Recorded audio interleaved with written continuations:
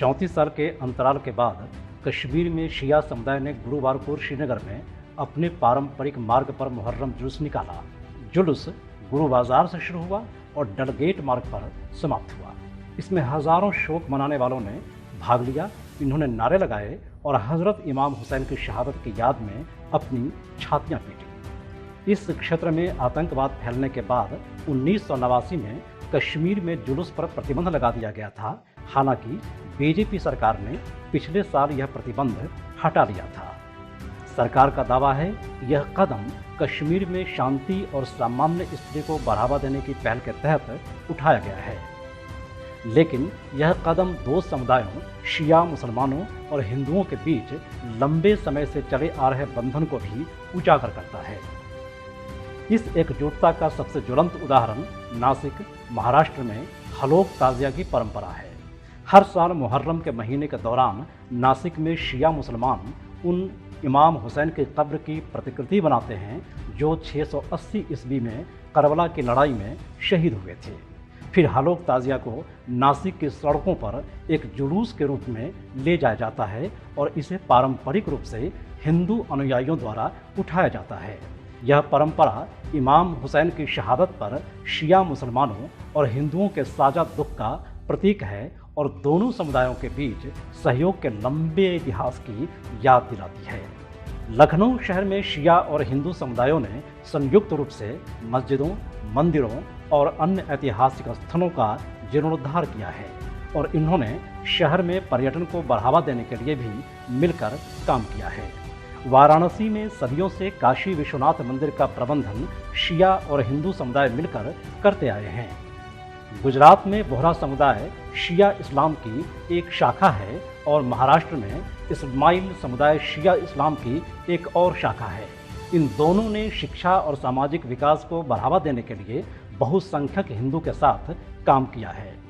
जब हिंदू शिया एकजुटता की बात की जाती है तो कोई भी हिंदू व्यक्ति राहब सिद्धदत्त की कहानी को आसानी से खारिज नहीं कर सकता। वह भारत के पंजाब के मोहियाल ब्राह्मण समुदाय से थे। वह एक सैनिक थे और 680 ईस्वी में करबला की लड़ाई के समय बगदाद में रह रहे थे। जब उन्होंने उस लड़ाई के बारे में सुना तो उन्होंने इमाम हुसैन की सेना में शामिल होने का फैसला कर लिया। हालांकि वह हिंदू थे। राहब सिद्धदत्त ने उस युद्ध में बहादुरी से लड़ाई लड़ी और अंततः मारे गए। किंवदंती के अनुसार राहब सिद्धदत्त ने शहीद होने से पहले उस युद्ध में यजीद के साथ सैनिकों को हरा दिया था। आखिरकार उनका सिर दशमिक ले जाया गया, लेकिन वह उनके परिवार को कभी लौटाया नहीं गया। ऐसा कहा जाता है कि उनकी कहानी ने मोहियाल समुदाय को इमाम हुसैन और उनके बलिदान के प्रति सम्मान के संकेत के रूप में उपनाम हुसैनी अपनाने के लिए प्रेरित किया था। उनके बलिदान को मोहियाल समुदाय आज भी याद करता है। उनका मानना है कि वह एक सच्चे नायक थे और वे धार्मिक सहिष्णुता के प्रति अपनी प्रतिबद्धता के प्रतीक के रूप में उनका सम्मान करते हैं। राहब सिद्धदत्त की कहानी इस बात की याद दिलाती है कि विभिन्न धर्मों के लोग जिस चीज़ में विश्वास करते हैं उसको लेकर लड़ने के लिए एक साथ आ सकते हैं।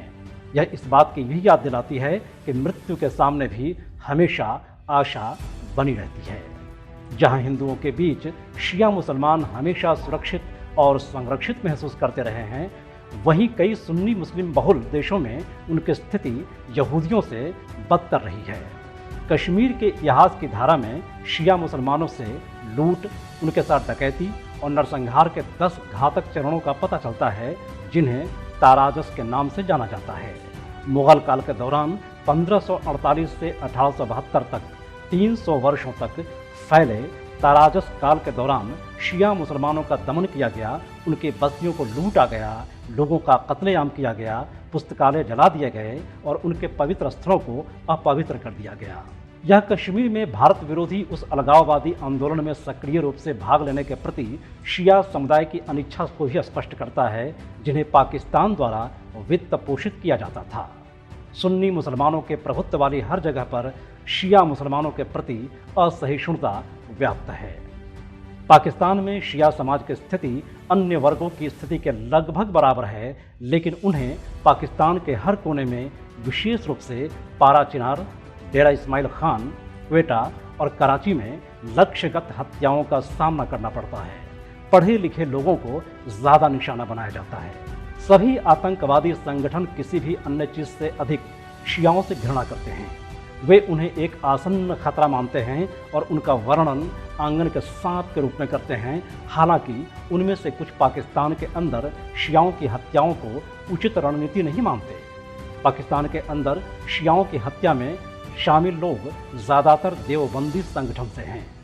अहले हदीस, जिन्हें सलाफी भी कहा जाता है, जो जमातुल दावा हाफिज सईद का गुट के कारण भारतीयों के बीच अच्छी तरह से जाने जाते हैं, वे पाकिस्तान के अंदर शियाओं को मारने में विश्वास नहीं करते और भारत पर अधिक ध्यान केंद्रित करते हैं।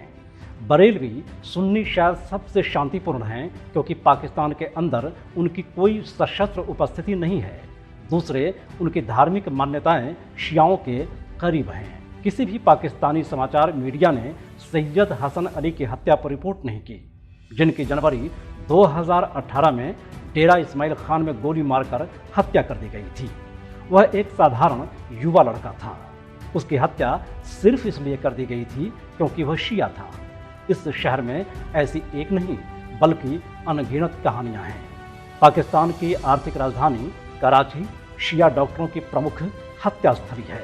लाहौर में 2013 में एक नेत्र सर्जन डॉक्टर अली हैदर की उनके बेटों के साथ हत्या कर दी गई। सामाजिक कार्यकर्ता और कवि सिब्त-ए-जाफर को सोज खवान भी कहा जाता था और वे वंचित लोगों, खासकर हिंदुओं को शिक्षा प्रदान करने में गहरी रुचि लेते थे। वह मानवतावादी थे। इस शिया उपदेशक की 2013 में हत्या कर दी गई। जब तालिबान ने पाकिस्तान सेना के कुछ सैनिकों को पकड़ लिया था तो उन्होंने लईक हुसैन को छोड़कर सभी को जाने दिया था। उन्होंने चाकू से उसकी हत्या कर दी, सिर काटने का वीडियो बनाया और उसके परिवार तक भेज दिया। एतजाज़ हुसैन ने अपनी जान की बाजी लगाकर एक आत्मघाती हमलावर को स्कूल में प्रवेश करने से रोक दिया था। लेकिन सवाल है कि हमलावर ने इस गांव को ही क्यों चुना? इसका जवाब बस इतना ही है कि वह शिया बहुल गांव था। इस तरह अप्रैल 2022 में मज़ार शरीफ, मार्च 2003 में अफगानिस्तान और पाकिस्तान के पेशावर जैसे सुन्नी बहुल शहरों में शियाओं की मस्जिदों पर बमबारी की गई, जिसमें सैकड़ों शिया प्रार्थना करते समय मारे गए थे। शियाओं के खिलाफ सामाजिक और आर्थिक भेदभाव पाकिस्तान और अफगानिस्तान की एक हकीकत है। जहां सुन्नी मुसलमानों को कार्यस्थल या सामाजिक समारोहों में अपनी पहचान छुपाते हुए कभी देखा नहीं जाता, लेकिन कई शिया अपनी नौकरी खोने के डर से लोगों को अपनी आस्था के बारे में बताने से हिचकते हैं। पाकिस्तान में शियाओं को सता रहे इस छिपे खतरे की भावना समावेशिता और बिना शर्त प्यार की उस भावना से बिल्कुल विपरीत है जो वे भारत में महसूस करते हैं। यही कारण है कि भारत में शिया मुसलमानों को हमेशा महत्व दिया जाता रहा है और वे भारत और उसकी संप्रभुता के लिए सबसे बड़ी ताकतों में से एक हैं। कथित हिंदू राष्ट्रवादी सरकार द्वारा 34 वर्षों के बाद कश्मीर में मुहर्रम जुलूस की अनुमति शिया हिंदू संबंधों के समृद्ध इतिहास की एक और याद दिलाती है। India narrative bureau.